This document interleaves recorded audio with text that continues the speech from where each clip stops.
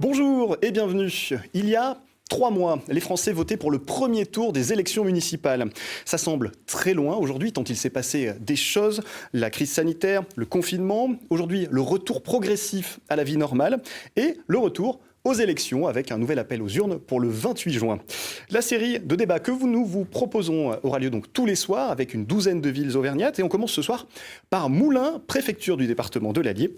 Au premier tour, 4 candidats se présentaient. Il s'agissait de Pierre-André Périssol qui a réalisé 45,9% des voix, Stéphane Lunt qui a réalisé 29,7% des voix, Yannick Monet 21,8% des voix et Philippe Houteric de Lutte ouvrière qui a réalisé 2,5% des voix. Sur ces 4 candidats, 3 se sont qualifiés pour le second tour. Ils sont tous les 3 avec nous ce soir. Pierre-André Périssol, bonsoir. Bonsoir. Vous êtes le maire sortant de Moulins. Vous êtes donc membre du parti Les Républicains. Vous êtes soutenu par La République En Marche. Stéphane Lunt, bonjour. Bonjour. Bonsoir d'ailleurs. Votre liste s'appelle Pour Moulins. Vous êtes dissident, on peut le dire, puisque ancien adjoint de Pierre-André Périssol. Je suis surtout un candidat libre. Et candidat libre. Yannick Monet, bonsoir. Bonsoir. Vous êtes donc candidat PCF, Europe Écologie Les Verts, Génération, Place Publique, donc on peut dire un candidat de gauche. Et votre liste s'appelle Moulins, ma cité, Pierre-André Périssol, je n'ai pas cité le nom de votre liste, c'est Moulins au cœur, plus fort ensemble. Les présentations sont faites, on va pouvoir commencer. Le premier tour, je le disais à l'instant, c'était il y a 3 mois. Or, un tel écart entre 2 tours, c'est du jamais vu dans l'histoire des élections municipales. La crise qui a conduit à ce report du second tour est elle aussi unique. C'est une crise sanitaire, sans doute une crise économique, probablement une crise sociale. J'aimerais savoir, en quelques mots, est-ce que ça a changé quelque chose dans vos programmes, cette crise? Et est-ce que ça a changé votre manière de concevoir votre futur mandat? Pierre-André Périssol, je vous écoute. Écoutez, moi, de toutes les manières, je me suis engagé à plus de 100% pour gérer cette crise. Comme vous l'avez dit, la gérer sur le plan sanitaire, sur le plan social, pour faire en sorte de voir, dès la période de confinement, comment on pouvait mettre à disposition des Moulinois des outils très sûrs pour sortir. Je pense à ce qu'on a fait pour les marchés, je pense à ce qu'on a fait pour que les commerçants puissent quand même fonctionner. Je pense ensuite au 3e volet qu'on a fait. Qu'est-ce qu'on fait pour permettre à ceux qui sont vraiment en danger à court terme de pouvoir garder la tête hors de l'eau? C'est le plan d'urgence. Et enfin, de préparer pour la rentrée le plan de relance qui permettra d'avoir à la fois pour toutes nos entreprises, nos petits commerçants, nos petits artisans, de la commande et pour permettre aux Moulinois de se faire plaisir en toute sécurité. On va en parler. Stéphane Lunt, vous, est-ce que ça a changé votre manière de concevoir ce mandat qui va se voir, qui sera un mandat un peu de gestion de crise quand même? Évidemment, évidemment. Et la crise n'est pas derrière nous, elle est pour la partie économique et sociale devant nous. Nous avons eu cette crise sanitaire, il fallait la gérer, évidemment. Il faut dire aussi que Moulins a été relativement épargné par le virus. Ça a heureusement, on peut le dire, il faut espérer que ça ne revient pas, mais nous avons eu une période qui était quand même compliquée pour tout le monde. Et je ne vais pas trop polémiquer sur la gestion de la crise. Il y avait un rendez-vous qui était manqué, qui concernait la distribution de masques. Il aurait dû avoir lieu avant le déconfinement et pas 10 jours après. Donc ça... C'était certainement quelque chose qu'on aurait pu mieux faire, mais je ne veux pas m'arrêter là-dessus. Surtout, sur le plan sanitaire, il me semble important qu'on regarde maintenant de l'avant et qu'on tire toutes les conclusions de ce qui s'est passé avec les autres communes voisines. Comment mieux se préparer si jamais une épidémie se représente? Et je crois là, nous avons à revoir tout le dispositif de notre contrat local de santé, y compris l'hôpital. L'hôpital qui a tenu, qui était... grâce au personnel soignant très bon, mais on a constaté aussi les difficultés connaît notre hôpital. On va en parler de l'hôpital. Non, on va en reparler, on va dire qu'il n'y a pas simplement une difficulté humaine et médicale, mais il y a des grandes difficultés financières. Et Pierre-André Périssol était, pendant toute la période qui a conduit à ce déclin financier, il était le président du conseil de surveillance. Il faut qu'il s'en explique ce soir, je l'espère. Ça, c'était pour dire qu'on ne va pas polémiquer. Mais hein, je vous si vous avez vu répondre. l'introduction. On va parler de l'hôpital. Non, c'est pour poser des questions et pour se parler. Et Yannick Monet, ces 3 mois, qu'est-ce qu'ils ont changé dans votre vision de cet éventuel prochain mandat? Je vais vous répondre très franchement, très, très directement. Par contre, on voit bien que le monde d'avant est toujours présent aujourd'hui, malheureusement, en politique. Oui et non. Oui. Non, il y a des choses qui n'ont pas changé. C'est-à-dire que les valeurs que nous portions au premier tour qui sont l'écologie, la démocratie, la solidarité, sont pour nous des valeurs qui sont encore plus d'actualité. Et oui, il y a des choses qui ont changé. Bien sûr que oui, il y a des choses qui ont changé, puisqu'on ne peut plus envisager l'avenir de la même façon après ce que l'on a connu. Et même en termes de contenu, on y reviendra dans le débat, on a une approche différente, parce qu'on aspire à vivre autrement suite à cette crise qui a été très difficile. Je tiens à dire quand même que dans cette période, les collectivités ont été au front, les élus aussi, ça n'a pas été facile. Pour ma part, je m'abstiens de porter des critiques quant à l'action, qu'elle soit gouvernementale ou municipale, parce que je pense que c'était très difficile à gérer. Il y a quelques critiques, notamment sur la nécessité de travailler collectivement, parce que je maintiens qu'on est plus intelligent quand on réfléchit à plusieurs. Mais quand même, ça a été une crise très difficile, et les élus ont dû faire face à des situations totalement inédites et pas évidentes à gérer, malgré tout. Alors, cette crise, elle touche déjà l'économie, elle va probablement la toucher plus encore dans les mois qui viennent. Et je voudrais qu'on parle de ce thème. Stéphane Lund, vous avez par exemple proposé que la ville et l'agglomération mobilisent un peu plus de 10 millions d'euros pour sauver le tissu économique et social moulinois. Pierre-André Périssol a indiqué que ces propositions étaient démagogiques, c'est ça ? Pourquoi est-ce qu'à votre avis, c'est la municipalité qui doit mettre ces 10 millions d'euros pour sauver le tissu économique ? C'est la municipalité et la communauté de l'agglomération ensemble. Pourquoi ? La Banque de France annonce une baisse du PIB pour la France de moins 10%. Elle annonce une augmentation du chômage de 50%. Le président de la Banque centrale européenne, l'ancien Draghi, a dit qu'il faut agir avec force et vitesse si on veut répondre. Alors il faut répondre immédiatement, très vite, et il faut aussi mettre tous les moyens qui sont à notre disponibilité dans la balance pour éviter qu'il y ait faillite d'entreprise, qu'il y a des banqueroutes des particuliers. Nous avons, je ne vais pas tout détailler, nous avons par exemple prévu d'accorder 500 € à 1 millier de familles qui sont dans la catégorie des bas salaires, parce qu'eux, ils souffrent le plus. Moins 300, moins 400 € par mois, ça fait un énorme impact. Nous avons prévu notamment 500 000 € sur la ville de Moulins, simplement pour les petites entreprises, les artisans, les commerçants. Nous avons prévu aussi d'accroître, et pas simplement maintenir, d'accroître les budgets qui sont prévus pour l'accessibilité des bateaux municipaux. 500 000 € de plus, cette année encore. Et nous allons demander à ce que l'opérateur, le bailleur social Evolea, n'augmente pas ses loyers et ses charges. Et là aussi, encore une fois, M. Périssol devra s'expliquer ce soir sur son rôle dans Evolea. Nous avons constaté, avec mon collègue Monet, dès qu'on a notre société Evolea, le bailleur social, il s'abstient et il sort systématiquement de salle quand il y a un vote. Pourquoi ? Est-ce qu'il y a un conflit d'intérêts ? Est-ce que vous pouvez nous parler un peu plus de ça ? Parce que nous avons eu un bailleur social qui était Moulins Habitat. Aujourd'hui, nous sommes en face d'un groupe de développement patrimonial qui cherche de faire du profit. Expliquez-vous sur ce rôle-là. Monsieur Périssol, puisque vous l'interpellez. Monsieur Périssol, vous aviez qualifié ces propositions de démagogiques. Pourquoi est-ce que la ville et l'agglomération de Moulins ne pourraient pas débloquer ces 10 millions ? On va débloquer beaucoup d'argent. Mais un argent avec 3 objectifs. Le premier, c'est que ce soit juste. Le deuxième, c'est que ce soit efficace. Et le troisième, c'est que ce soit adapté. Alors vous faites comment ? Parce qu'on a entendu des propositions de M. Je vais vous dire très simplement ce que nous voulons faire.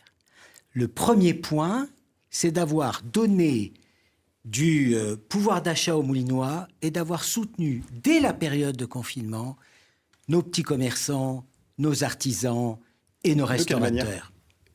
Nous avons édité des chèques cadeaux, des chèques restaurants, des chèques loisirs, pris en charge à hauteur de 20% par la municipalité pour ce qui s'agit des commerces, du chèque cadeau, moulin cadeau, et de 20% par moulin communauté lorsqu'il s'agit des restaurateurs. C'est-à-dire, je donne 20% de pouvoir d'achat aux Moulinois qui payent 80% le chèque qui en vaut 100, et avec ça, on va donner le moyen d'inciter les Moulinois à aller dans les commerces de notre ville, à aller les Bourbonnais dans des restaurateurs de notre communauté d'agglomération. On comprend. Vous subventionnez les achats des Moulinois dans leurs commerces locaux. Et nous développons ces chèques. Deuxièmement, nous avons, on ne pouvait pas sortir, que des commerces étaient fermés, nous avons adhéré à une plateforme, Moulin Mon Shopping, qui a permis d'aller faire des Donc achats c'est une plateforme de livraison chez des commerçants qui étaient fermés. Troisièmement... Il faudra qu'on entende Yannick Monnet aussi. Accessoirement. Écoutez, je vous réponds. On fait le troisièmement après, en quelques secondes. Écoutez, à ce moment-là, je vais laisser, parce qu'il y a un plan d'ensemble qui est fait. Soit on peut le présenter, soit on ne peut pas. On peut, et on peut donc, le résumer. je le résume. Troisième volet, nous avons assuré la gratuité des terrasses qui ont été multipliées par 2 pour permettre aux restaurateurs de pouvoir fonctionner. Ça, c'est ce que nous avons fait dans les 2 premiers mois du confinement. Si vous me laissez la parole... Si on liste tout, on n'aura pas assez de 40 minutes pour faire ce débat. Il faut quand même que je vous dise ce qu'on fait, sinon on ne peut pas parler. Et donc, je vous dis ce qu'on a fait sur un plan d'urgence. Le plan d'urgence... En moins d'une minute. Bon, écoutez, je vais laisser, je ne peux pas vous expliquer. Vous me demandez de parler, je ne peux pas présenter un plan qui est là pour sauver notre territoire. Vous pouvez présenter le plan, mais on peut le résumer. On va demander à Yannick Monnet qui n'a pas parlé. 2h30 cette présentation. On va demander à Yannick Monnet ce que lui proposerait. Dites-moi. Écoutez, déjà, je pense que la situation nécessite que nous soyons à la hauteur et qu'en tant qu'élus, nous fassions preuve d'un peu de dignité pour essayer de présenter des éléments de perspective. Parce qu'il y en a besoin dans la période. Nous, on a travaillé pendant cette période de confinement et on est parti du principe de planification, avec 5 plans différents, parce qu'il y a l'urgence auquel il faut faire face, mais il faut aussi prévoir l'avenir et construire l'avenir. Et donc on est parti sur un principe de dire que chaque euro investi par les collectivités doivent rester sur le territoire et doivent profiter au territoire. Je prends qu'un exemple. Les 400 000 euros qui vont être donnés pour les illuminations. Pour nous, c'est une erreur. Non pas que les illuminations à Moulins soient une mauvaise chose, mais simplement... une partie de cet argent va partir à l'extérieur du territoire pour payer un prestataire en espérant qu'il y ait des retombées. Nous, ce qu'on dit simplement, c'est que ces 400 000 euros, laissons-les sur le territoire, finançons des associations culturelles, des intermittents du spectacle pour organiser les festivités de l'été. Et comme ça, au moins, on est sûr que cet argent restera sur le territoire. Sur la question des plans, c'est la question de l'emploi qui va être prioritaire aujourd'hui. Et on a besoin de relancer l'économie locale. Moi, quand vous m'avez posé la question tout à l'heure, qu'est-ce que ça a changé ? On a vécu une crise sanitaire sans précédent. On est face à une situation économique qui va être très difficile. Est-ce qu'on a raison d'investir sur le projet routier du 2e pont ? Nous, c'est une question qu'on s'est posée, et nous, on considère que ça ne peut plus être une priorité aujourd'hui, par exemple. L'agglomération, c'est elle qui porte le projet. Donc, elle porte ce projet. La participation de Moulins, c'est 6 millions d'euros.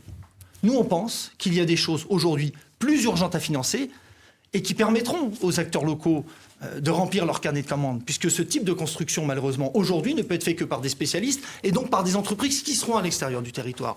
Nous, ce qu'on dit très clairement, c'est que l'argent des collectivités, relancer l'emploi par la commande publique. Monsieur Périssol, est-ce que cet argent des illuminations, du nouveau pont, etc., je vais vous devrait aller à l'économie ? Nous avons besoin, effectivement, d'aider des entreprises, des commerçants, des artisans qui vont être en grande difficulté. Pour cela, 2 grands plans.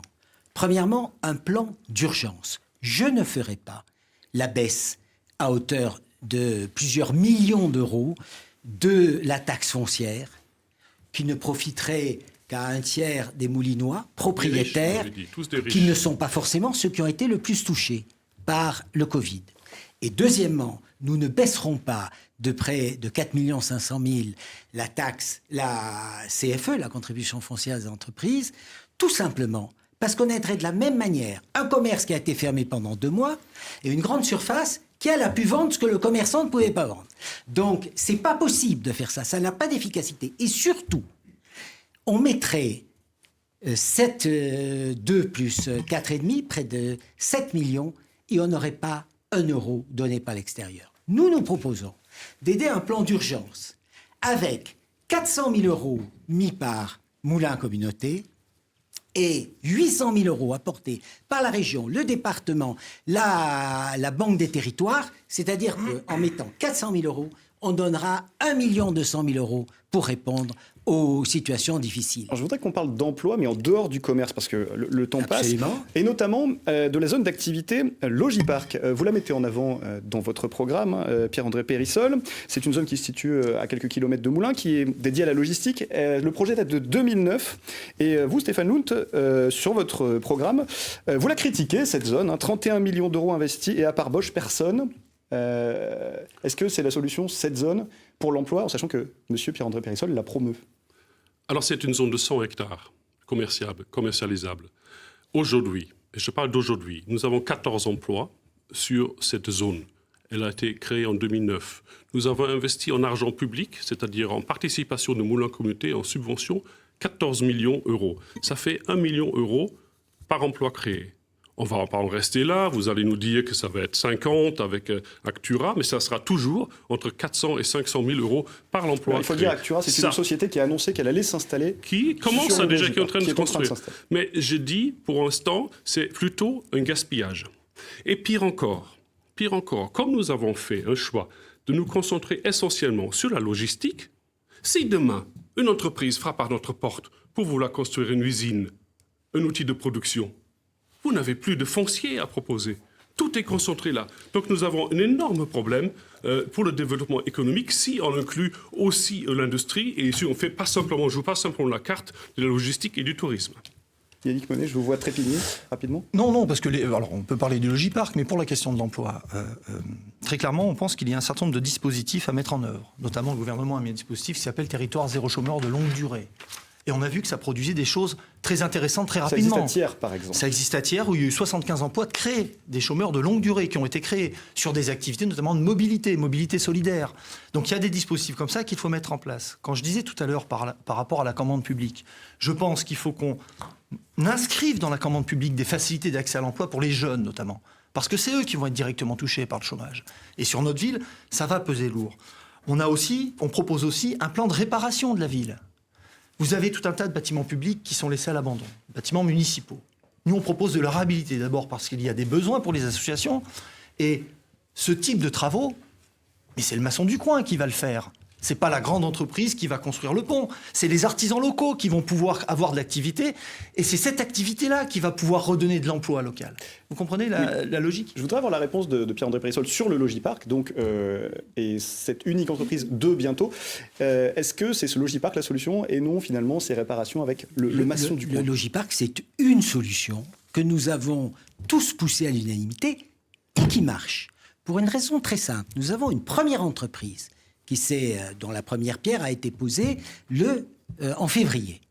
Demain, j'ai une autre entreprise qui veut venir s'installer et j'espère qu'on aura une lettre d'intention dans les semaines qui viennent. Troisièmement, Eiffage s'est engagé à côté du premier bâtiment qui fait 18 000 m², d'en réaliser un second. Ils pensaient que c'était 18 000 m² et nous sollicitent pour que ce soit 30 000 m². Donc, on a un développement de Logipark qui va marcher. C'est une des voies, parmi toutes les voies qu'on a. On a évidemment le tourisme, qui est extrêmement producteur d'emplois. Je rappelle que les mises en lumière l'an passé, ça a développé de 25 à 50% le chiffre d'affaires de ceux qui vivent dans le tourisme, les hébergeurs, les restaurateurs, etc. Raison de plus pour continuer ces mises en lumière cette année et ne pas casser cette dynamique. Et puis, il y a aussi le commerce en centre-ville qui s'est beaucoup développé et nous avons là les moyens de développer notre ville. Stéphane Lund, allez-y. Non, je vous rappelle le chiffre de 75 commerces vides dans 9 rues du centre-ville, simplement. Je ne peux pas dire avec vous que le commerce fleurit et est en plein développement. Ce n'est pas juste, c'est pas pourquoi, pertinent. Monsieur Lund, il veut que je vous voie, c'est pour ça que je le vois, la dernière fois je l'ai tutoyé. Pourquoi je vous jouez encore une fois sur cette pourquoi séquence il me demande de le vous voyez? Je vous dis simplement, il s'avère que demain, j'ai la demande d'une autre chaîne que la vôtre, M6, pour faire une émission capitale sur le centre-ville de Moulins. On en a une sur FR3 National, on en a, toute la presse nationale cite Moulins en exemple pour sa redynamisation du centre-ville. Voilà, vous faites appel à Paris, nous on demande des Moulinois, ils constateront eux-mêmes. Ce qu'il a dit la dernière fois, le commerce de Moulins serait dans un état piteux. C'est pas bien de vouloir, comme ça, casser une dynamique. Yannick Monet, on vous a peu entendu. C'est un peu compliqué parce qu'on assiste à un espèce de combat de boxe de l'ancien temps qui je vous rassure, me laisse perplexe quand même. Allez-y. Non, vous n'êtes pas responsable. Sur cette solution du tourisme que vient de prôner M. Périssol, est-ce que ça pourrait être la solution pour l'emploi à Moulins? Le tourisme, c'est une économie très aléatoire. Des années, on en a. des touristes. Des années, on n'en a pas. C'est pour ça que je prends l'exemple des illuminations. L'année dernière, les illuminations ont apporté du bienfait économique. Les commerçants le reconnaissent, il y a eu beaucoup de monde dans la ville. On ne sait pas ce que ce sera cette année. Donc l'investissement que l'on fait cette année, j'insiste, il faut qu'il reste sur le territoire. On a porté pendant la campagne électorale la question des circuits courts en matière d'alimentation. Parce que là aussi, on parlait du Logipark, on pourrait reconvertir le Logipark. Et bien pour l'économie, c'est pareil. Nous, on est pour les circuits courts. On est pour que l'argent des collectivités reste au maximum pour les acteurs économiques du territoire. Je pense que l'on ne mesure pas la situation dans laquelle vont se trouver, et se trouvent déjà actuellement, tous les petits artisans et les commerçants de Moulins. Il y a les commerçants, certes, mais tous les petits artisans. Ça va être une catastrophe annoncée. C'est une catastrophe annoncée, et c'est déjà très difficile, comme mes deux collègues. On en a rencontré beaucoup de personnes. Donc on a besoin d'agir et d'avoir le courage, je dis bien le courage et la lucidité, de réorienter l'investissement public en direction de ces acteurs. Alors, mais on ne peut pas continuer avec les mêmes logiques d'avant. Sinon, on n'a pas compris ce qui s'est passé pendant 3 mois. Justement, on va écouter ce que les Moulinois pensent à la fois de la gestion municipale aujourd'hui et de ce qu'ils attendent pour le futur. Je pense que le pont, il est indispensable, ne serait-ce que pour permettre le développement du quartier de la Madeleine, qui est complètement bloqué, et pouvoir essayer de développer. Les Moulins n'a plus de zone, foncière, donc il faut développer de ce côté-là. Le pont de fer, c'est très très bien, faire une jolie balade. Les rives de l'Allier, c'est à échéance peut-être de 20 ans, peut-être que je ne verrai pas, mais en tout cas, ça me paraît extrêmement sympathique aussi. Pour le boulot, il n'y en a pas. Il n'y a rien. C'est vrai qu'à Moulins, c'est difficile d'implanter des usines. Ils en ont fait à l'extérieur, Logipark, la zone sur Averme, mais c'est pas le centre-ville, il n'y a rien. Les magasins ferment les uns après les autres. C'est ça que c'est le reproche qu'on lui fait. Mais les Moulinois votent pour lui. Je trouve que Moulins il a vachement évolué depuis que Périssol est là. Et je trouve qu'il a du mérite quand même. Donc il peut rester encore là. S'il a envie, pourquoi pas. On a bien vu Mitterrand qu'il était malade, il a continué 7 ans. Donc pourquoi pas Périssol encore un mandat. Pierre-André Périssol, visiblement, vous avez à la fois des personnes qui vous soutiennent et d'autres qui sont plutôt opposées à ce que vous faites. Vous en retenez quoi, vous, de ce que viennent de dire les 3 Moulinois qu'on vient d'entendre ? Moi, je reviens notamment sur ce qui est dit sur les artisans, sur tous ceux qui vivent justement de la construction de roues, de pain. Et encore une fois, le plan d'urgence, c'est ce qui va leur permettre de rester la tête hors de l'eau. 1,2 million pour eux. Mais ce qu'on veut, parce que c'est ce qu'ils demandent, c'est d'avoir un plan de relance pour la rentrée. Donc vous allez leur donner du travail. Et on a mobilisé beaucoup de moyens, les nôtres, mais aussi ceux de nos partenaires. Je vous donne 3 chiffres. Pour ce qui concerne la ville de Moulins, dans les 12 mois qui viennent, nous allons lancer pour 3 500 000 € de travaux de maintien, de travaux courants, de voirie, d'entretien de bâtiments. Et nous allons lancer 6,5 millions sur 2 gros projets, l'extension du CNCS et la rénovation des moulines. Pour Moulins Communauté, 1 million de travaux courants et 17,5 millions de travaux sur des grosses opérations, notamment la maison de la rivière Allier, la pépinière, etc. Vous avez plusieurs minutes d'avance, Pierre-André Périssol. Peut-être, je finis avec ça. Les 2 collectivités mettront 13,5 millions et c'est 28,5 millions de travaux qui seront lancés. Et tout ça, on l'a vu avec la Chambre de commerce, la Chambre des métiers, c'est quelque chose qui a vocation à aller sur des artisans locaux, sur des entreprises locales. Et il y a le deuxième pont, la consultation est en cours. J'ai noté que nos 2 concurrents ne voulaient pas le faire. En tout cas, nous le ferons et ça fera 30 millions de travaux de plus. On a déjà largement abordé le pont lors du débat du premier tour. J'invite d'ailleurs les téléspectateurs à le retrouver sur Internet. Ça fera quand même plus de 64 millions lancés dans les 12 mois qui viennent. Corollaire de ces questions économiques à la question sociale. Yannick Monet, vous, si j'ai bien lu votre programme, la priorité c'est accompagner le lien social à Moulins, qui selon vous est dans un triste état. Qu'est-ce que vous feriez pour que Moulins aide ceux qui sont en difficulté ou qui vont le devenir ? Alors, il y a beaucoup de gens qui sont en difficulté. Les questions d'emploi restent premières, ça c'est clair. La deuxième chose, c'est que je pense que sur la ville, on manque beaucoup de structures d'accueil et on manque beaucoup de moyens humains. C'est-à-dire qu'aujourd'hui, à Moulins, quel que soit le quartier où on se trouve, on n'a pas d'interlocuteur. Parce que la vraie question, c'est celle-là. c'est comment est-ce que les gens peuvent être en lien avec la municipalité, peuvent être en lien avec les services qui les accompagnent. Donc je pense que pour nous, c'est une question centrale. Et je pense qu'on recréera du lien quand les gens auront la possibilité de décider de ce qui se passe dans leur ville. Aujourd'hui, à Moulins, tout se décide à la mairie. Pas de consultation ou peu de consultation. Les budgets sont décidés seuls. Et je pense que ça, ce sont des éléments pour réinscrire les gens dans la vie de la cité. Et donc nous, ce qu'on propose, c'est des comités de quartier. On a vu quelques contestations sur des travaux, notamment qui sont engagés à la Madeleine, où on s'aperçoit que les habitants sont peu au courant de ce qui se passe. Vous comprenez ? Donc ça ne règle pas la question de l'exclusion, parce que les grandes questions sociales, la municipalité a quand même des pouvoirs très limités. Par contre, ce qu'elle peut faire, c'est réinscrire les gens dans la vie de la cité. Stéphane Munthe, comment on réinscrit les gens, tous les gens, dans la vie de Moulins ? J'y reviendrai, mais il faut quand même réqualifier ces chiffres qui ont été, encore une fois, avancés. Vous nous faites un plan de mirage. Vous nous faites un plan, je vous donne un seul exemple. Vous annoncez 3,5 millions d'euros sur les travaux de maintien de voiries et de bâtiments. Mais les Moulinois doivent savoir que tous les ans, on inscrit entre 800 et 900 000 euros, déjà ça, systématiquement pour le bâtiment et pour la voirie. Et ce qui veut dire qu'on double, monsieur l'ancien rapporteur du budget. Vous avez annoncé au conseil municipal, c'était de juin 2020 à juin 2021, ça fait 2 années budgétaires, non, vous avez simplement fait additionné les 2 mois. Non, nous vous avez additionné les 2 années budgétaires. Et vous le savez bien. Vous n'avez rajouté rien sur cette partie-là. Donc c'est comme ça, vous emballez et vous nous embarquez sur des chiffres qui veulent rien dire. On ne parle pas des gens pendant ce temps-là. Qui veulent faire rien dire. Je reviens aux gens et nous constatons que nous avons une dégradation de la situation sociale à Moulins.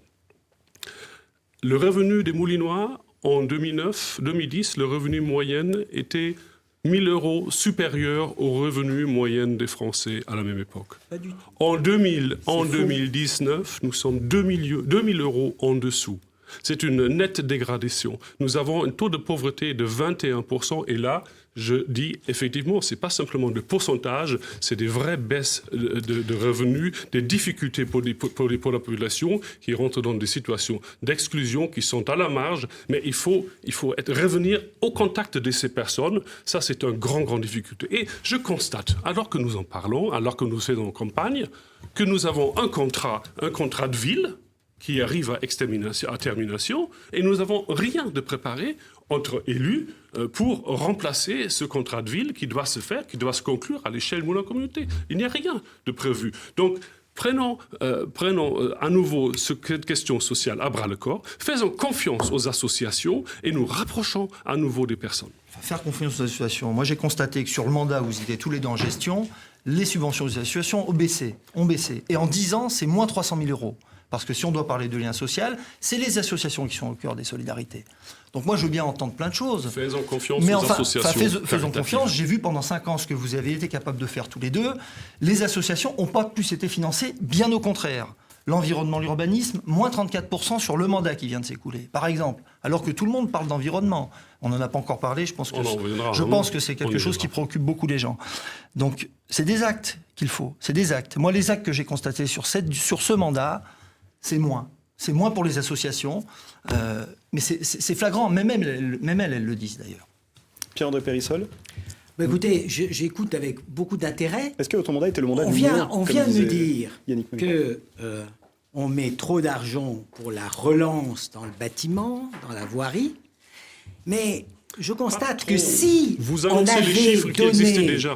on avait donné 7 millions d'euros à tout le monde, à toutes les entreprises, même celles qui ont gagné de l'argent, à tous les propriétaires, eh bien, ça ferait 7 millions d'euros qu'on aurait de moins pour lancer des travaux, et il n'y aurait donc que 3 possibilités. Soit on ne lancerait pas les travaux, fini le 2e pont ou un autre grand projet. Soit on s'endetterait et on augmenterait les impôts. Et ça fait 25 ans que je n'ai jamais augmenté les taux d'imposition, ni à la ville, ni à Moulins Communauté. Tout le plan qu'on fait, les 65 millions de travaux qu'on va lancer, on les fera. Et je m'y engage, et on peut me croire, puisqu'on n'a jamais augmenté les taux d'imposition depuis 25 ans, sans lancer des taux d'imposition. Donc vous voyez, on a un plan pour aider l'emploi qui est supportable par les Moulinois et qui permettra non seulement de donner de l'activité à nos entreprises de bâtiments, mais aussi à faire du bien pour le territoire. Alors, vous avez abordé le sujet de l'écologie. On va aller vers ce sujet. L'écologie, elle est dans les programmes de presque tous les candidats aux municipales qu'on a reçus sur ce plateau cette année. Ma question, par exemple, Stéphane Lund, en quoi votre plan vert, il est différent ? Parce qu'il est global. Il n'est pas simplement axé sur la mobilité. Bien sûr, nous avons besoin d'un grand plan mobilité pour les vélos, pour le transport public, mais nous avons besoin aussi à développer des énergies renouvelables à l'échelle Moulins Communauté.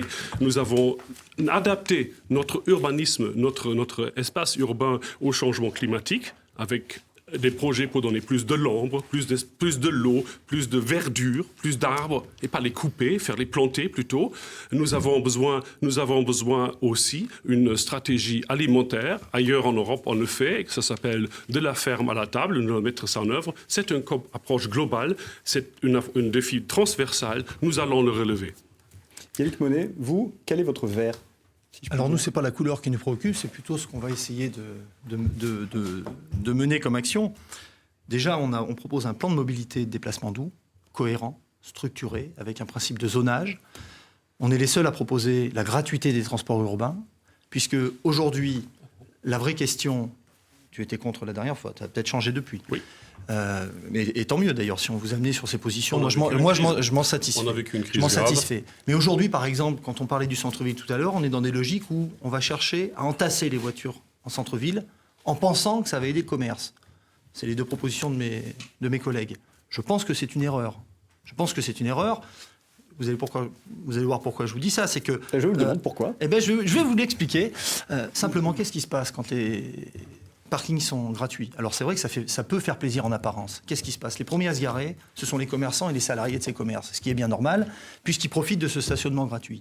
Et ensuite, quand les consommateurs arrivent en centre-ville, n'arrivent plus à se garer. Et ce qu'ils font, c'est qu'ils risquent de se partir dans les zones extérieures pour justement pouvoir se garer tranquillement et consommer. Donc nous, la vraie question, si on doit se projeter dans l'avenir...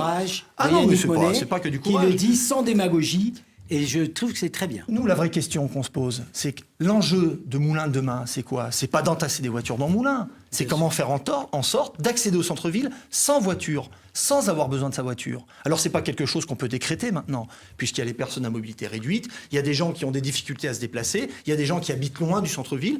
Donc, comment on structure une offre de déplacement qui permet aux gens d'accéder au centre-ville et bon sang, de trouver une offre différente en centre-ville qu'en périphérie.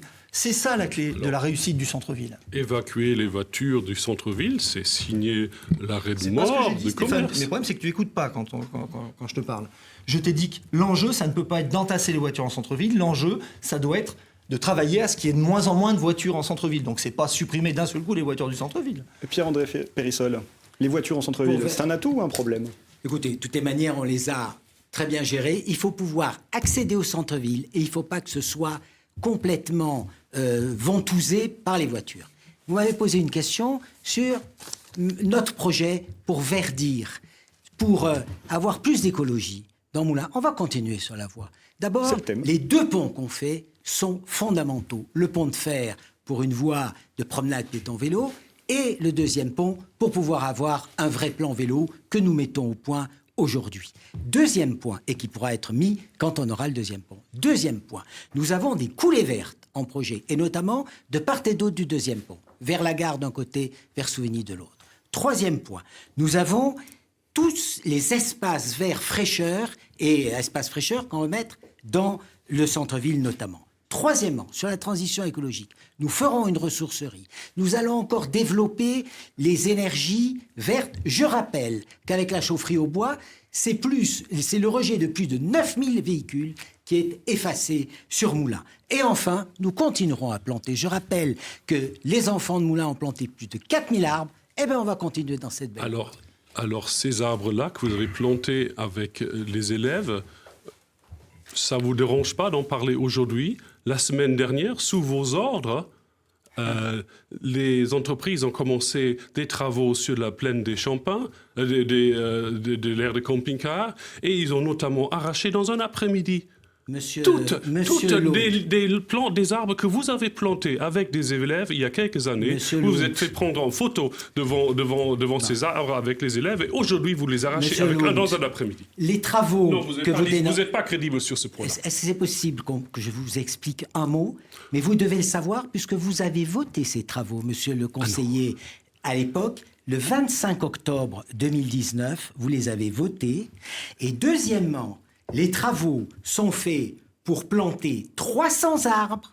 Il y en aura beaucoup plus demain qu'aujourd'hui. Et pour faire en sorte, et c'est pour ça que vous l'avez voté, que la voie et le parking ne soient pas près de voté Et c'est pour ça que vous l'avez Je voté n'ai le pas 25 voté ça. octobre et que Nous vous avez n'avons été jamais en vu séance de ce plan. présentation. On va pas refaire Donc le il ne faut plan pas... Ça ne serait pas non très plus- intéressant. Il y a Juste pour Monet, finir sur cette rapidement, question, on peut pas nier ce sur qu'on cette a fait, question monsieur. d'approche Et écologique, rapidement, s'il nous, vous plaît, très parce qu'on arrive rapidement, déjà à la fin. nous, on propose un plan alimentaire territorial avec une cuisine centrale. Il faut savoir qu'on est sur un territoire d'agglomération 95% non urbanisé et 75% d'espace agricole.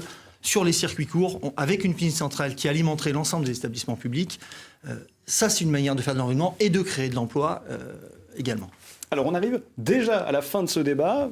Certains thèmes ont pris. de santé d'ailleurs. Et oui, j'aurais dû vous lancer ce thème, mais Question les autres thèmes ont d'Evola, pris hôpital, beaucoup de aucune place. réponse. Je vais vous proposer maintenant 1 minute chacun, mais pas plus, pour conclure. Pierre-André Périssol.